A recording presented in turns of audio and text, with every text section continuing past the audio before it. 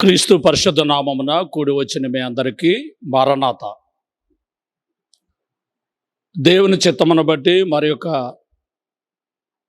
శ్రమకాల ధ్యానంలో యేసుక్రీస్తు శిలువ సూక్తి ముక్తావళిలో ఉన్న రెండవ మాటను ధ్యానం చేయడానికి దేవుడిచ్చిన అవకాశమును బట్టి ప్రభువును స్తుతించుచు ఉన్నాను.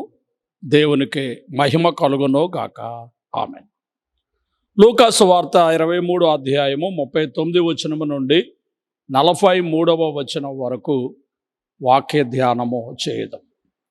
వేలాడ వేయబడిన ఆ నేరస్తులలో ఒకడు ఆయనను దూషించుచు, నీవు క్రీస్తువు గదా, నిన్ను నీవు రక్షించుకొనుము, మమ్మను కూడా రక్షించమని చెప్పాను.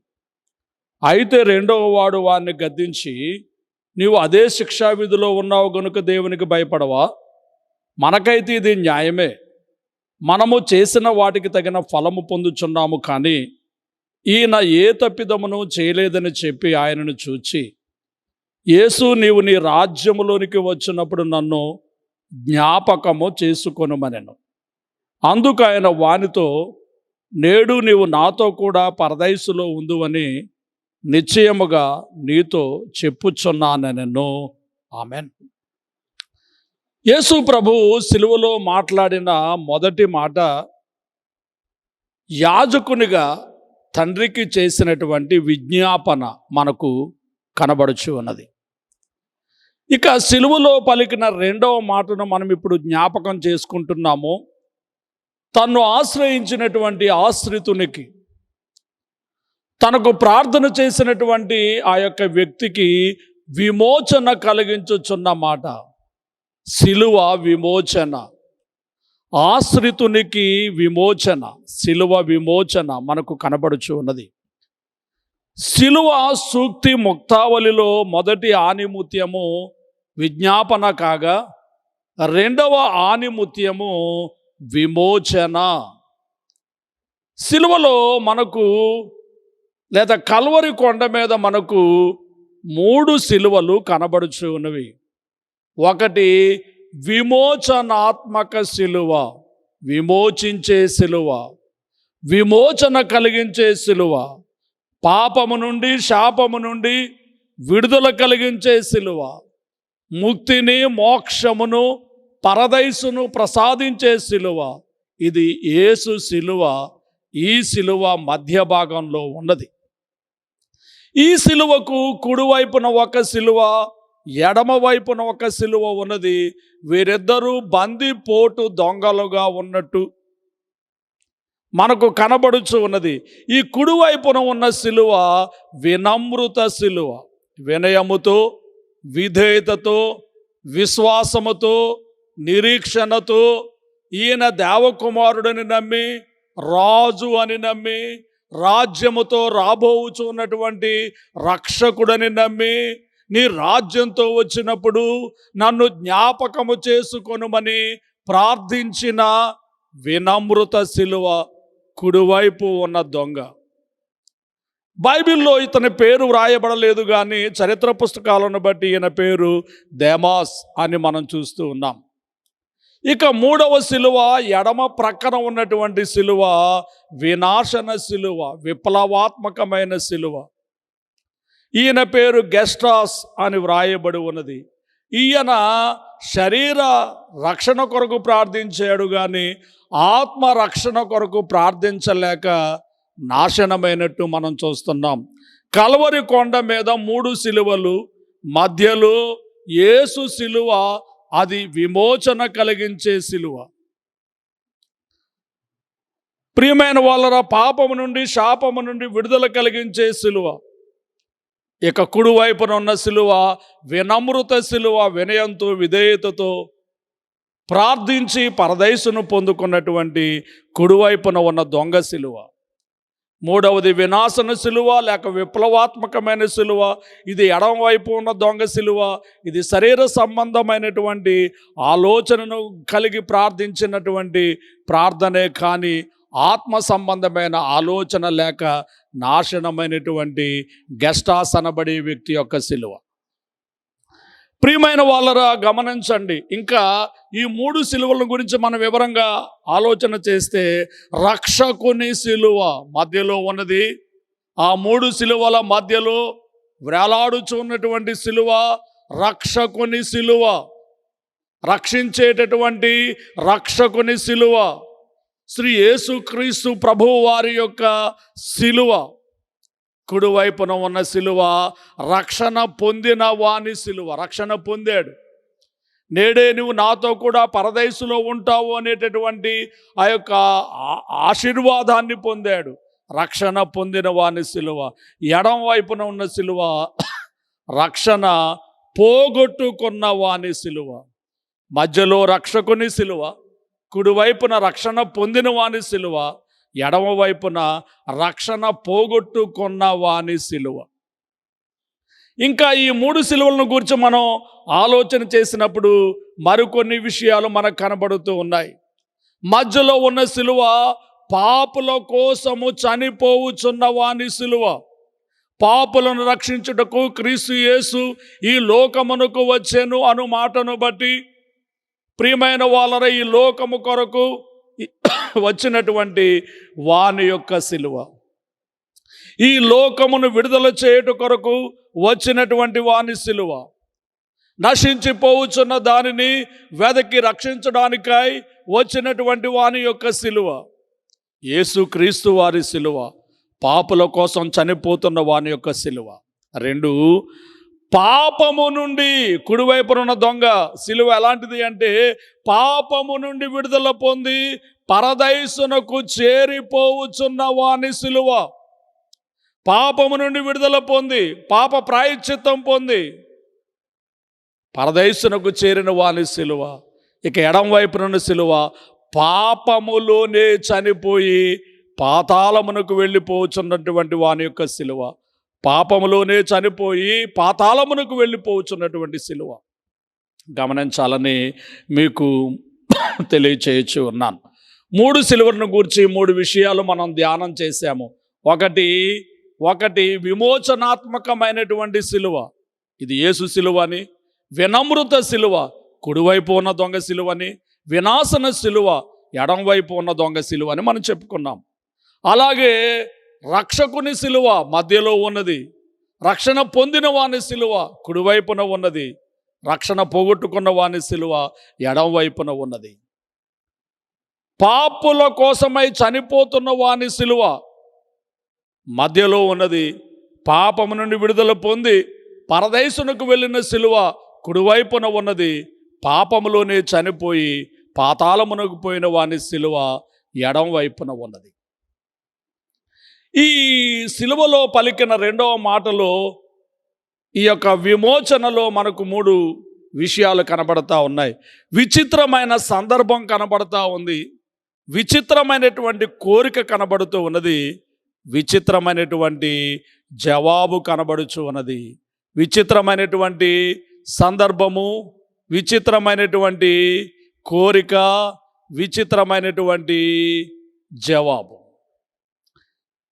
ప్రియమైన వాళ్ళరా, విచిత్రమైనటువంటి సందర్భం ఇక్కడ మనం చూస్తే 3 దొంగలు సిలువ వేయబడి ఉన్నారు. ఆ 3 సిలువలు ఏమిటో మనం చెప్పుకున్నాం. ఈ ఇద్దరు ఎవరు అంటే దొంగలు, అక్రమకారులు, అయోగ్యులు, బందిపోటు దొంగలు. ఇలాంటి దొంగలతో పరిశుద్ధుడైన ప్రభు, పవిత్రుడైన ప్రభు, నీతిమంతుడైన ప్రభు, నాలో పాపమున్నదని మీలో ఎవరు స్థాపించగలరు అని సవాలు చేసినటువంటి ప్రభు వారితో కలిసి సిలువ వేయబడుతూ ఉన్నాడు. ఇది విచిత్రమైనటువంటి సందర్భంగా మనం గమనించాలి. ఎందుకు అని మనం చూస్తే, యెషయా ప్రవచనం 53 అధ్యాయం 12వ వచనంలో మనం చూస్తే, అక్కడ 4వ లైన్లో చాలా విషయాలు ఉన్నాయి. అక్కడ మనం చూస్తే 4వ లైన్లో, అతిక్రమము చేయువారిలో ఎంచబడిన వాడాయను. అతిక్రమము చేయువారిలో ఎంచబడిన వాడాయను. అతిక్రమము చేయని ప్రభువు అతిక్రమము చేయువారితో కలసి సిలువ వేయబడుచు ఉన్నాడు. ఇది విచిత్రమైనటువంటి సందర్భం. మార్కు సువార్త 15:27లో కూడా, మరియు కుడివైపున ఒకనిని ఎడమ వైపున ఒకనిని ఇద్దరు బందిపోటు దొంగలను ఆయనతో కూడా సిలువ వేసిరి. ఆయనతో కూడా సిలువ వేసిరి.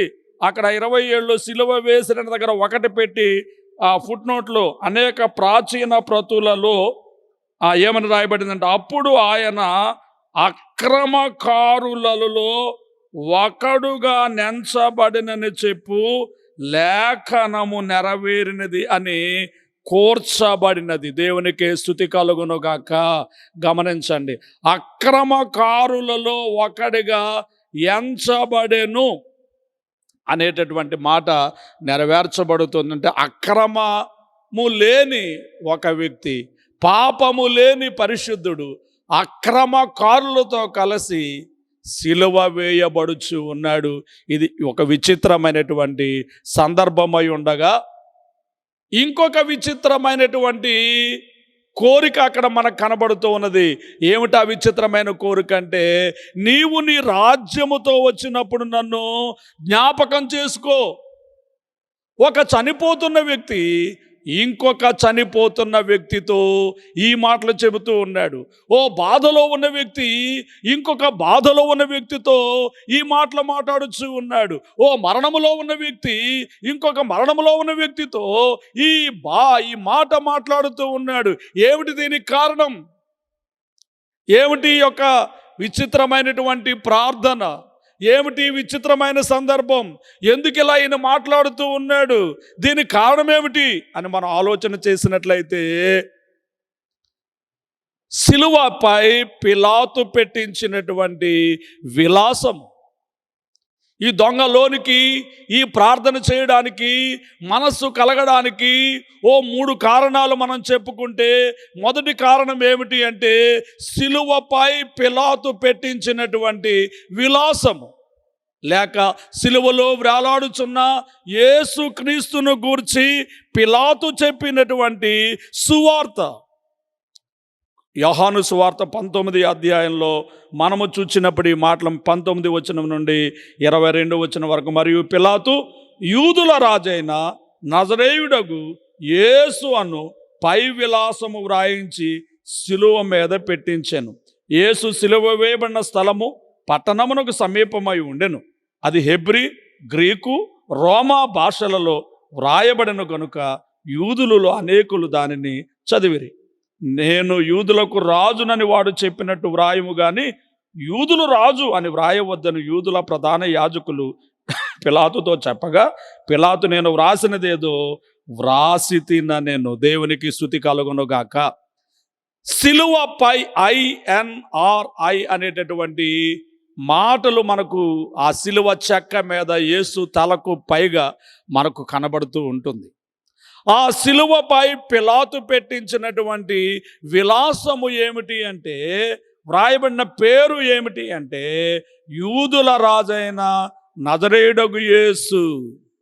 యూదుల రాజైన నజరేయుడగు యేసు.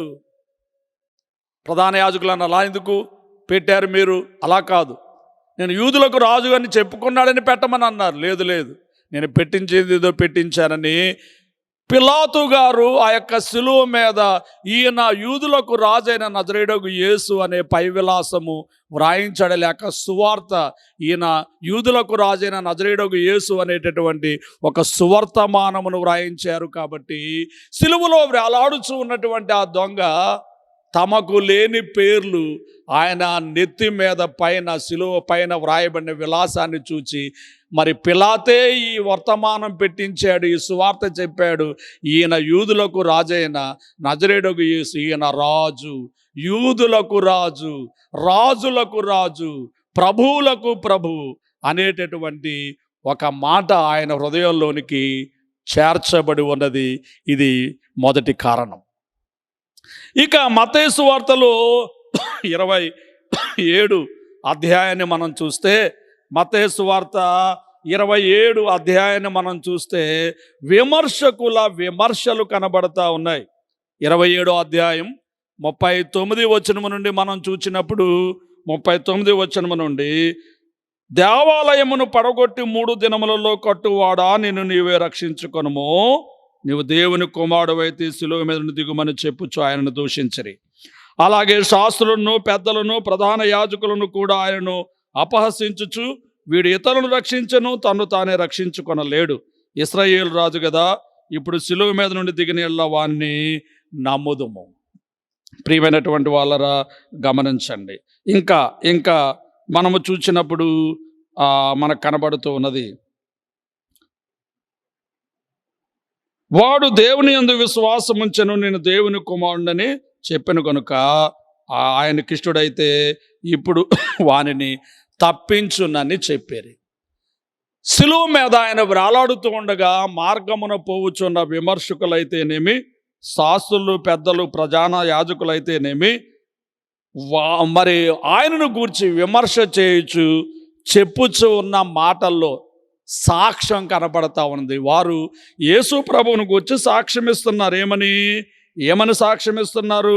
దేవాలయాన్ని 3 దినాల్లో కట్టేస్తాడట ఒక మాట. రెండవ మాట ఇతను రక్షించాడు. మూడవ మాట నేను దేవుని కుమారునని చెప్పుకున్నాడు. కాబట్టి ఈ మాటలన్నీ ఈ దొంగ వింటున్నప్పుడు, అవును ఈయన 3 దినాల్లో కట్టగలిగిన, దేవాలయాన్ని తిరిగి 3 దినాల్లో కట్టగలిగిన వ్యక్తియా? అలాగే మరొక మాట ఏమిటంటే, ఈయన దేవుని కుమారుడా? ప్రియమైనటువంటి వాళ్ళరా, గమనించి, ఈయన అనేక మందిని రక్షించాడు కదా, స్వస్థపరిచాడు కదా, బాగు చేశాడు కదా, ఇతను రక్షించుకోలేడా? ఈ మాటలన్నీ ఓ సాక్ష్యంగా అతని యొక్క మనస్సులోనికి వచ్చాయి. ఒకటి సువార్త, రెండవది సాక్ష్యం, విమర్శకుల సాక్ష్యం. పిలాతు యొక్క సువార్త, విమర్శకుల యొక్క సాక్ష్యము. మూడవదిగా యేసుక్రీస్తు సిలువలో వేలాడుతూ ఆయన చేసిన ప్రార్థన, లేక ఆయన చెప్పినటువంటి సందేశము, తండ్రితో ఆయనకున్నటువంటి సహవాసము. లోకాసు వార్తలో 23 అధ్యాయం 34వ వచనంలో మన ప్రియమైన ప్రభువు చేయుచు ఉండినటువంటి ప్రార్థన, తండ్రి వీరేమి చేయుచున్నారో వీరెరుగురు కనుక వీరిని క్షమించుము అనేటటువంటి ఆ యొక్క మరి ప్రార్థన సందేశము లేక సహవాసం. ఏమిటి సందేశం? శత్రువులను ప్రేమించాలి, హింసించే వారి కొరకు ప్రార్థించాలి, ఓ సందేశం. 2, తండ్రితో ఆయనకున్న చనువు. నువ్వు దేవుని కుమారుడు అని చెప్పుకున్నావు కదా, అవును నేను దేవుని కుమారుణ్ణి అన్నట్టుగా, తండ్రి వీరు ఏం చేస్తున్నారో వీరికి తెలియదు అంటే ఆ సహవాసం, దేవునితో ఆయనకు ఉండినటువంటి ఆ సహవాసం. ఈ 3 విషయాలు, ఒకటి పిలాతు పెట్టినటువంటి విలాసము లేక సువార్త, విమర్శకులు చేసినటువంటి విమర్శ లేక సాక్ష్యము, యేసుక్రీస్తు సిలువలో పలికిన ఆ మొదటి మాట, తన్ను బాధించే వారందరినీ కూడా క్షమించాలనేటటువంటి ఆ సందేశము, ఆ ప్రార్థన, లేక దేవునితో తండ్రితో ఆయనకు ఉండేటువంటి సహవాసము. ప్రియమైనటువంటి వాళ్ళరా, ఈయనలో గొప్ప మార్పు కలగా చేసి ఉన్నవి. దేవునికి స్తుతి కలుగునుగాక, దేవునికి స్తోత్రం కలుగునుగాక. సువార్త, సాక్ష్యము, సహవాసము, ఈ 3 విషయములు ఈ వ్యక్తిలో గొప్ప మార్పును తెచ్చి ఉన్నవి. అతనిలో పరిశుద్ధాత్మ పని చేయడం ఆరంభించారు. ఆత్మ తండ్రి ఆయనతో మాట్లాడడం ఆరంభించారు. అతనిలో విశ్వాసాన్ని కలిగించాడు.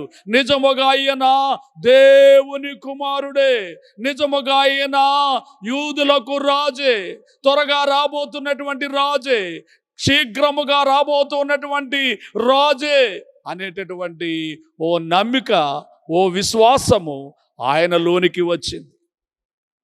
అంతేకాకుండా తాను పాపిని అనేటటువంటి ఒక పశ్చాత్తాపము, తాను పాపిని అనేటటువంటి ఒక పశ్చాత్తాపం, ఒక పరితాపము ఆయనలోనికి వచ్చింది. ఆత్మ తండ్రి ఆయనలో ఈ పశ్చాత్తాపాన్ని, ఈ పరితాపాన్ని కలిగించాడు.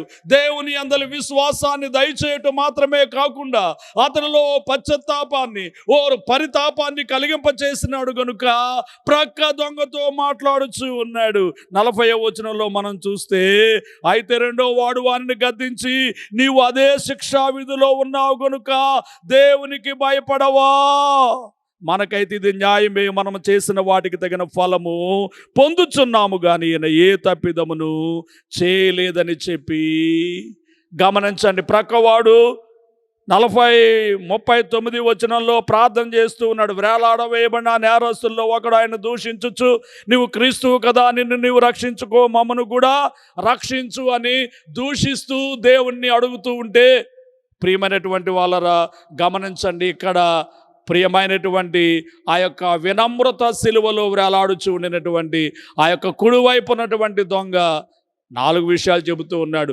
నీవు అదే శిక్షలో, మనం అదే శిక్షలో ఉన్నాం కాబట్టి 2 దేవునికి భయపడవా? 3 ఇది మనకైతే ఇది న్యాయమే. 4 ఈయన ఏ తప్పిదమును చేయలేదు. ఆయన మాటలో వినయము కనబడుచు ఉన్నది, ఆయన మాటలో నమ్మకము కనబడుచు ఉన్నది, ఆయన మాటలో ప్రియులరా గమనించండి, వినయము, విధేయత, నమ్మకము, విశ్వాసము, బలము, ధైర్యము, నిరీక్షణ, నిశ్చయత కనబడుచు ఉన్నది. దేవునికి స్తుతి కలుగునుగాక. ఆమేన్. దేవునికి స్తోత్రం కలుగునుగాక.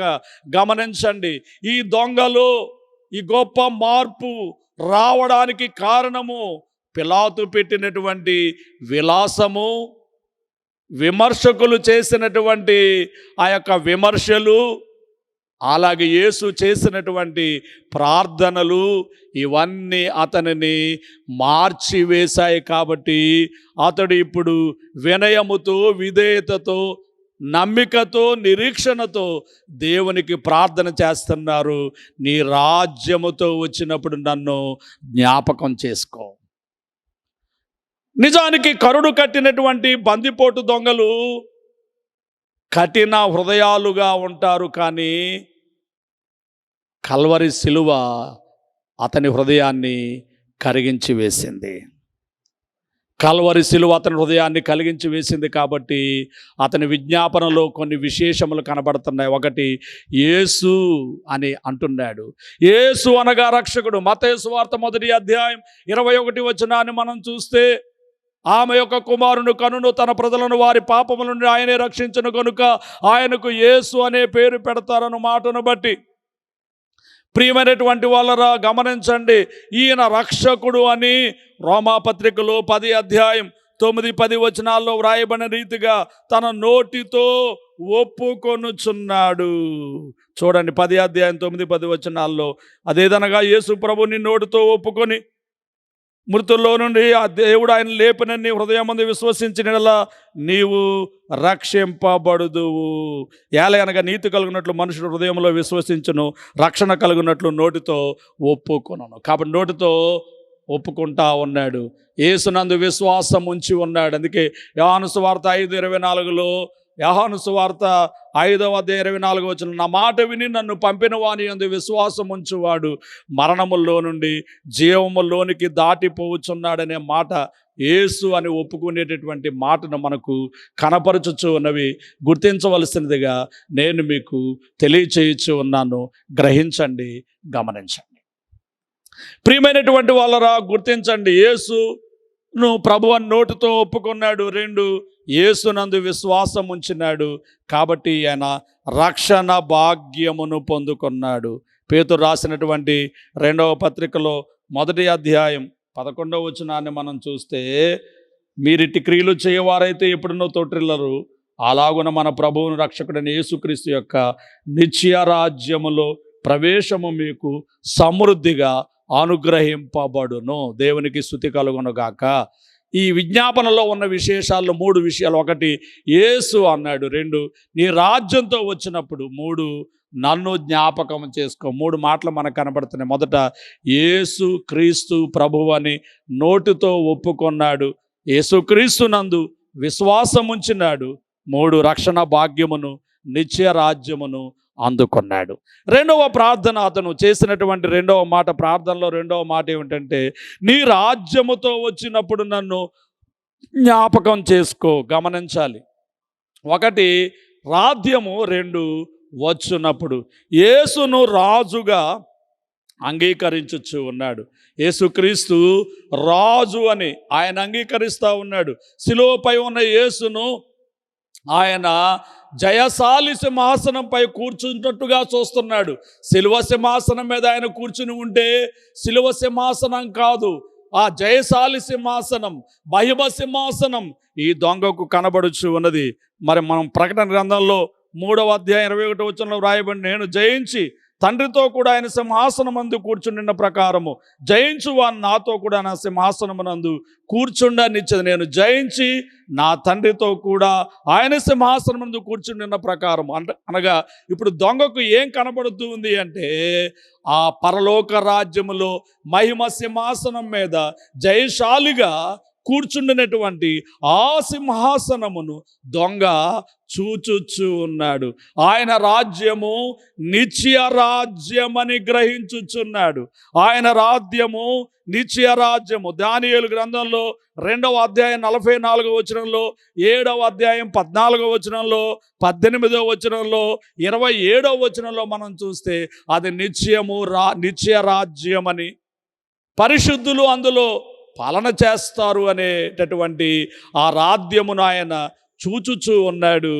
గ్రహించాలి. ఇక ముండ్ల కిరీటధారిగా కనబడుతున్నటువంటి ఈ యేసు రాజును, ఇప్పుడు ఈ రాజుగారు ముండ్ల మకుటధారిగా ఉన్నాడు. కానీ ఇప్పుడు ఈ యొక్క మరి దొంగ ఏం చూస్తూ ఉన్నాడు అంటే, మహిమ కిరీటమును చూచుచూ ఉన్నాడు. పేతురు రాసినటువంటి మొదటి పత్రికలో 5వ అధ్యాయంలో 4వ వచనము మనం చూస్తే, ప్రధాన కాపరి ప్రత్యక్షమైనప్పుడు మీరు వాడబారని మహిమ కిరీటము పొందుతారు. ముండ్ల కిరీటము స్థానములో మహిమ కిరీటమును ఈ యొక్క దొంగ చూచుచూ ఉన్నాడు. రాధ్యము 2 వచ్చున్నప్పుడు, అనగా ఈ దొంగకు 2వ రాకడ కొరకైన ఎదురు చూపు. ఎంత ఎత్తుకెదిగిపోయాడో చూడండి. పరిశుద్ధాత్మ తండ్రి ఆయనలోనికి ఎంత విశ్వాసమును కలిగించాడో చూడండి. నువ్వు రాధ్యంతో త్వరగా రాబోతూ ఉన్నావు అనేటటువంటి 2వ రాకడను గూర్చినటువంటి ఆ యొక్క విశ్వాసము కూడా, నిరీక్షణ కూడా ఆ యొక్క దొంగలో మనకు కనబడుచు ఉన్నది. రాకడ విశ్వాసము, రాకడ నిరీక్షణ. ప్రభు అయిన యేసు రమ్ము అనేటటువంటి రాకడ విశ్వాసము, సదాకాలం ప్రభువుతో కూడా ఉంటాము అనే రాకడ నిరీక్షణ, ఈ 2 కలిగి, ప్రభువా నీవు వచ్చినప్పుడు నన్ను జ్ఞాపకము చేసుకొనుము, జ్ఞాపకము చేసుకొనుము. ప్రభుని జవాబు మనం చూస్తున్నాం. 43:23-43లో, నేడే నువ్వు నాతో కూడా పరదేశులో ఉంటావు. అడుగు వాటికంటే, ఊహించు వాటికంటే కూడా అత్యధికమైనటువంటి కార్యాన్ని ఇక్కడ మనం చూస్తున్నాం. అడుగు దానికన్నా, ఊహించిన దానికన్నా కూడా అత్యధికమైనటువంటి మేలు. రేపు అనలేదు, తరువాత అనలేదు, అతను ప్రార్థించినట్టుగా సరే అని అనలేదు. నీ రాజ్యంతో వచ్చినప్పుడు అన్నాడు కాబట్టి సరే అనలేదు. కానీ నేడే, నేడే, నేడే, రేపు అనే మాటకు రూపు లేదు. ఇదే మిక్కిలి అనుకూలమైనటువంటి సమయం. ఇదే మిక్కిలి అనుకూలమైన సమయము గనుక ఈ మిక్కిలి అనుకూల సమయములోనే మనము క్రీస్తునొద్దకు వచ్చి ఈ దొంగ వలె వినయంతో, విధేయతతో, విశ్వాసంతో, నిరీక్షణతో మనం దేవునికి ప్రార్థన చేస్తే, నేడే నువ్వు నాతో కూడా పరదేశులో ఉంటావు అని అతనికి వినబడిన ఆ మాట మనకు కూడా దేవుడు తెలియచేసావు. నిత్య రాజ్యాన్ని మనకు దయచేస్తారు. ఇంతకు పరదేశులో ఉంటావు అన్నారు కదా. పరదేశు అంటే ఏమిటి అంటే, ఈ మనిషి మరణించిన తరువాత నీతిమంతులు 2వ రాకడ వరకు, 2వ రాకడ వచ్చే వరకు, అంటే నీ యొక్క వ్యక్తి మరణించిన తరువాత, నీతిమంతులైనటువంటి వారు మరణించిన తరువాత 2వ రాకడ వచ్చు వరకు నివసించే విశ్రాంతి స్థలము పరదేశం. కాబట్టి ఆ పరదైసులోనికి ఈ దొంగను చేర్చుకున్నట్లే రాకడలో మనం ఎగిరి మేఘం ఎక్కుట, ఒకవేళ రాకడ ఆలస్యమైతే ప్రభువుతో పరదేశంలో ఉండేటటువంటి భాగ్యము, ఈ దొంగలో ఉన్నటువంటి మనసు మనం కూడా కలిగి ఉంటే అట్టి జీవితాన్ని మనకు కూడా ఇస్తారు. అట్టి స్థితిలో మనమందరం కూడా మార్చబడవలనని, చేర్చబడవలనని తెలియచేస్తూ మాటలు ముగిస్తూ ఉన్నాను. దేవుడు మిమ్మల్ని దీవించునుగాక. ఆమేన్. రక్షణ కథ నడిపినావా, ఒకరిని రక్షించి పరదైసు కొనిపోయి నావా, శిక్షితునికి బోధింపకానే శాంతి లక్షణము చూపుచు రక్షించి నావా, 7 మాటలు పలికినావా. తండ్రి మీకు వందనములు. ఈ మాటల బిడ్డల అంతరంగాల్లో ఫలింపు చేయండి. క్రీస్తు యేసు నామములో వేడుకొనుచున్నాము తండ్రి. ఆమేన్. పరలోకమందున్న మా తండ్రి, మీ నామం పరిశుద్ధపరచబడునుగాక, మీ రాజ్యం వచ్చునుగాక, మీ చిత్తం పరలోకమందు నెరవేరుచున్నట్లు భూమి మీద నెరవేరునుగాక. మానదనారిని మాకు దయచేయము, మళ్ళీ అపరాధములు చేసిన వారిని మేము క్షమించున్న ప్రకారం అపరాధాలను క్షమించుము, మమ్మను శోధనను తేకుముక్కి నుండి తప్పించుము. రాజ్యము, శక్తి, మహిమ నిరంతరము నీవే అయి ఉన్నవి. ఆమేన్. ప్రవేశు రక్తమునకు జయం, అపవాది క్రియలకు లయం. ప్రవేశు రక్తమునకు జయం, అపవాది క్రియలకు లయం. ప్రవేశు రక్తమునకు సంపూర్ణ విజయం, అపవాదికులకు అనంతకాల నాశనం. హల్లెలూయా, హల్లెలూయా, హల్లెలూయా. స్తోత్రం, స్తోత్రం, స్తోత్రం. ఆమేన్, ఆమేన్, ఆమేన్. మన తండ్రి అయిన దేవుని ప్రేమ, రక్షకుడైన యేసుక్రీస్తు వారి యొక్క కృప, సహాయకుడుగా ఆత్మ తండ్రి అన్యోన్య సహవాసము కూడి వచ్చిన మనెల్లరకు ఆయన వెంబడించి వారందరికీ తోడై ఉండును గాక. ఆమేన్. మరణాత.